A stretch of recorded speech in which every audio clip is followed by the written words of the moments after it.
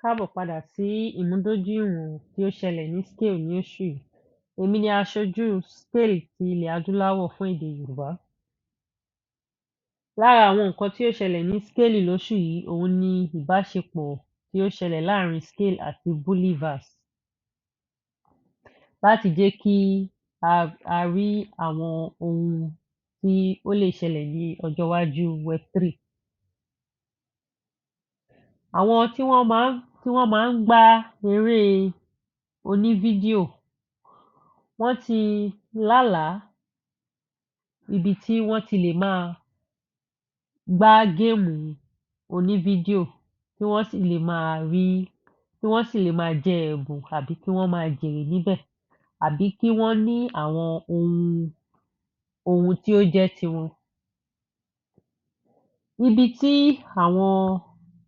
Ibi tí àsìkò àti àwọn iṣẹ́ tí ó ti padà já sí tí yóò sì padà já sí èrè òtítọ́. Ní báyìí, irú àlá tí wọ́n lá yìí ó ti wá sí ìmúṣẹ. Bullieverse wọ́n ń kọ́ irú eré yìí, wọ́n sì fẹ́ mú ìrírí tí àwọn èèyàn fẹ́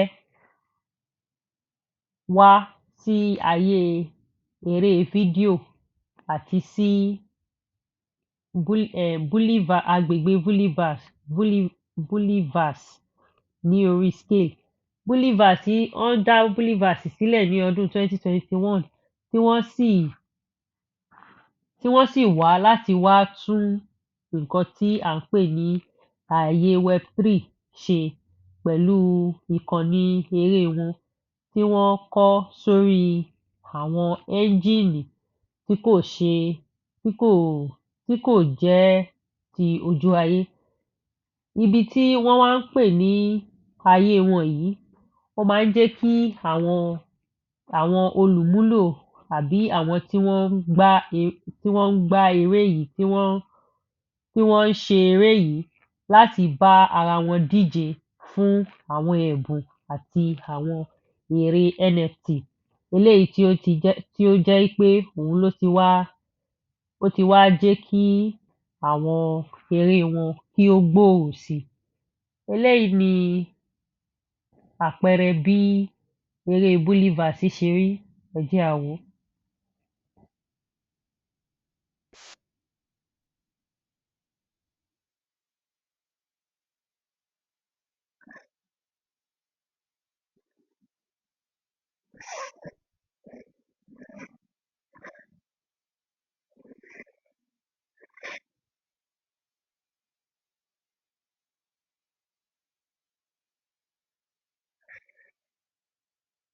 Eré díẹ̀ tí a wò yìí ó ti jẹ́ kí a mọ bí eré Bullieverse ṣe rí. Ìbáṣepọ̀ láàrin Bullieverse àti SKALE network yìí ó fẹ́ ṣe onígbọ̀wọ́ fún àwọn ohun èlò Web3 láti jẹ́ kí wọ́n máa yára sí i, kí àìṣedéédé má sí, kí ààbò sì wà. Nínú àwọn ohun tí SKALE ní ni láti ran ìkànnì eré Bullieverse lọ́wọ́. Àwọn tí SKALE sì ní yìí tí ó jẹ́ kí wọ́n jẹ́ blockchain àkọ́kọ́ tí ó yára jùlọ tí ó sì jẹ́ ọ̀fẹ́. Òun ni pé wọ́n ní agbára àìlópin àti tí wọ́n sì jẹ́ blockchain tí ó rọrùn láti papọ̀ mọ́ Ethereum. Wọ́n tún máa ń mú àwọn olùmúlò wọn ní ọ̀rẹ́ pẹ̀lú àwọn ohun ṣíṣe tí kò níye, tí ó yára, tí ó sì jẹ́ pé yóò máa wá fún àwọn olùmúlò bí wọ́n bá ṣe fẹ́. Ní àfikún, wọ́n tún wá ní àwọn owó ìdíyelé gáàsì òdo. Pẹ̀lú SKALE network, Bullieverse yóò máa rí ìrànlọ́wọ́ láti mú àwọn ìrírí wá fún àwọn olùmúlò wọn ìrírí eléyìí tí kò sí ibòmíràn tí wọ́n ti lè rí tí ó sì jẹ́ pé wọn ò nílò láti san owó ìdíyelé gáàsì kankan.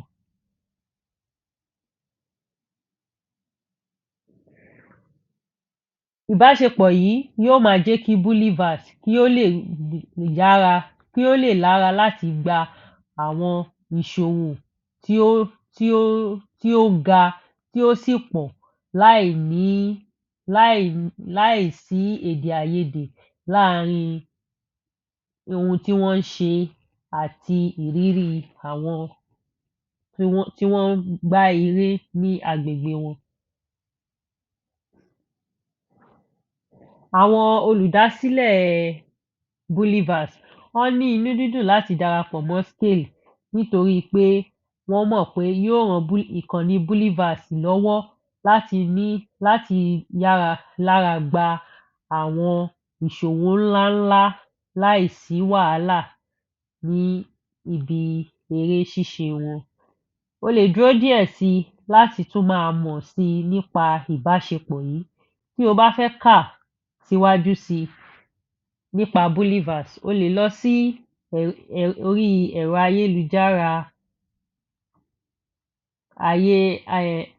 ayélujára Bullieverse, o sì tún lè lọ rí àwọn ìmúdójúìwọ̀n wọn lórí Twitter.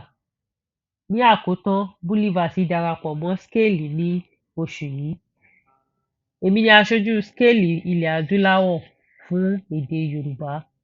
Ó dìgbà kan ná.